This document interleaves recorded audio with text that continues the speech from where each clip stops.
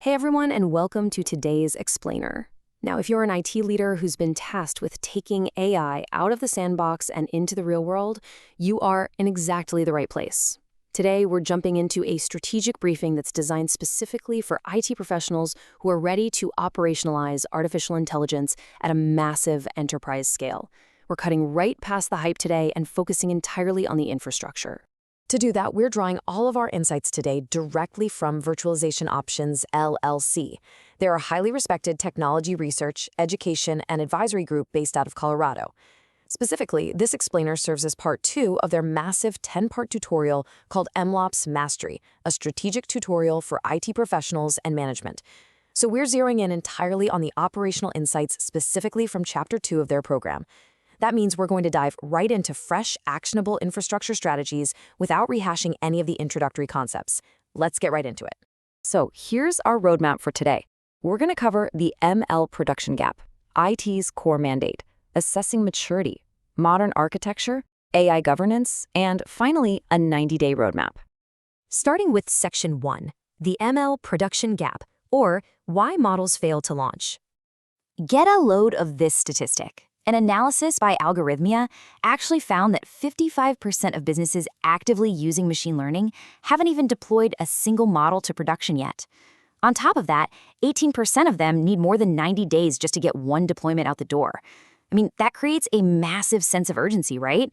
Because the brilliant models your data scientists are building are literally just sitting on a shelf because the deployment pipeline is fundamentally broken. So why does this massive gap even exist in the first place? Well, there's this landmark paper by D. Scully and his colleagues over at Google, and it completely reframes the whole issue. It turns out the actual machine learning code, the fancy algorithms the data scientists are writing, that's just a tiny, tiny fraction of the overall system. The vast majority of the beast, the configuration, the serving infrastructure, the monitoring, data verification, all of that is squarely in IT's domain. Basically, MLOps isn't a research problem, it's an infrastructure problem. And that urgency translates directly into a massive business case. The MLOps market is seeing absolute explosive growth right now. It's projected to expand by 43% over a 5-year period. You can see it moving from a relative index of 100 in 2022 all the way up to 215 by 2027. So, IT teams who see this shift coming and build these MLOps capabilities right now, they aren't just solving a deployment headache. They're actually generating a compounding competitive advantage for their entire enterprise. All right, moving into Section 2, IT's core MLOps mandate, moving beyond data science. Basically, IT has to take absolute ownership of 4 main pillars. First up is reproducibility, making sure every single experiment and deployment is fully traceable. Second is robustness. You've got to build systems that degrade gracefully and recover automatically when things inevitably go wrong. Third is observability, maintaining complete end-to-end visibility from the raw data all the way to live predictions. And fourth is security and compliance, embedding governance into the pipeline from day one. You just can't delegate these operational requirements to your data scientists. They simply don't have the systems engineering background to build all of this out at an enterprise scale. To actually fulfill that mandate, IT teams need to master 5 core engineering disciplines. You need pipeline automation, obviously, to get rid of those manual steps. You need model registry management for version control. You have to add in infrastructure as code to standardize your environments. And lastly, advanced monitoring and AI governance to actually protect the business. Mastering these 5 disciplines is literally how IT brings order to manual machine learning chaos. Which brings us to Section 3, assessing your MLOps maturity. From chaos to scale. So using the Microsoft Azure Industry Reference Framework, we can pretty clearly define this journey. We start way down at level 0. That's basically just manual chaos with isolated notebooks. Honestly, most enterprises today are stuck at level 1, which is just standard DevOps, without any ML specifics, or level 2, where only the training part is automated. The big takeaway here is that staying at levels 1 or 2 carries some pretty critical IT risks, delayed deployments, and super high regulatory exposure. So the goal is to hit level 3, automated deployment, and ultimately level 4, full MLOps with continuous improvement. Now, to map your own journey to level 4, you can't just guess where you're at. You need to rigorously score your organization from 0 to 4 across 5 specific dimensions: data management, model development, deployment, monitoring, and governance. By doing that honestly, IT leaders can produce a really targeted maturity heat map, and that lets you invest your engineering resources exactly where your operational gaps are the widest. Okay, Section 4, Modern Architecture and Standards.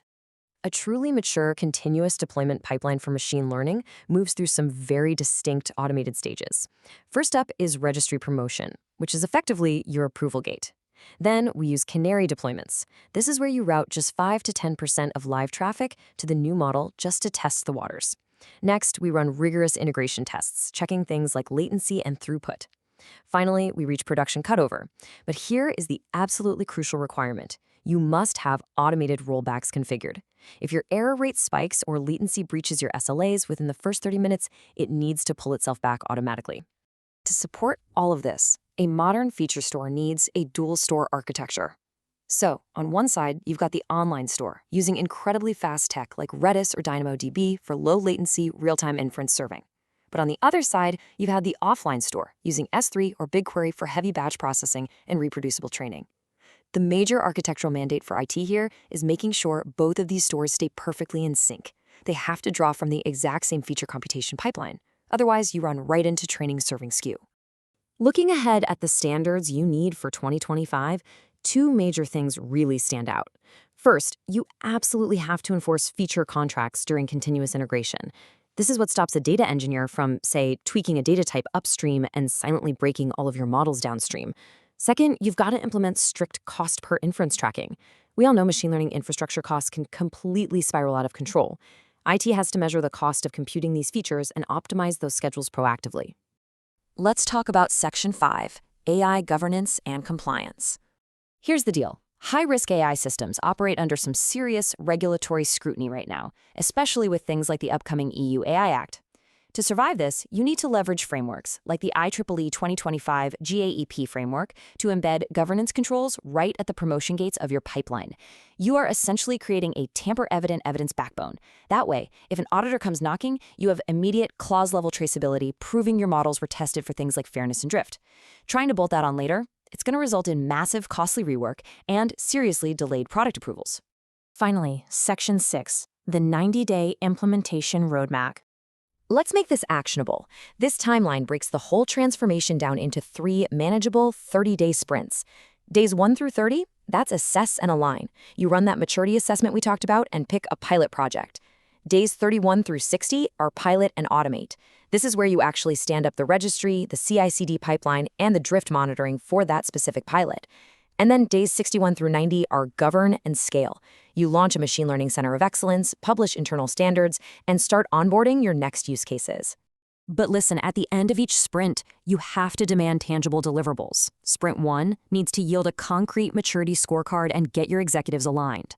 Sprint 2 has to give you a fully functional, automated CI/CD pipeline and a monitoring stack for your pilot model. And Sprint 3 should deliver formalized governance as code policies and the successful onboarding of a second use case using your new architecture. Doing this proves that your new system is actually improving deployment velocity compared to where you started. Which brings us to our final thought. The amazing models your data scientists are building are honestly only as valuable as the infrastructure you provide to deploy, monitor, and govern them. Your MLOps maturity directly dictates your enterprise's overall AI success. So I'm going to leave you with this challenge. Based on all the strategic insights we've unpacked in this explainer today, what is the very first operational step you and your IT team are going to take tomorrow morning to start closing that production gap? Think about it. It's time to get to work. Thanks so much for joining me on this explainer, and I will catch you in the next one.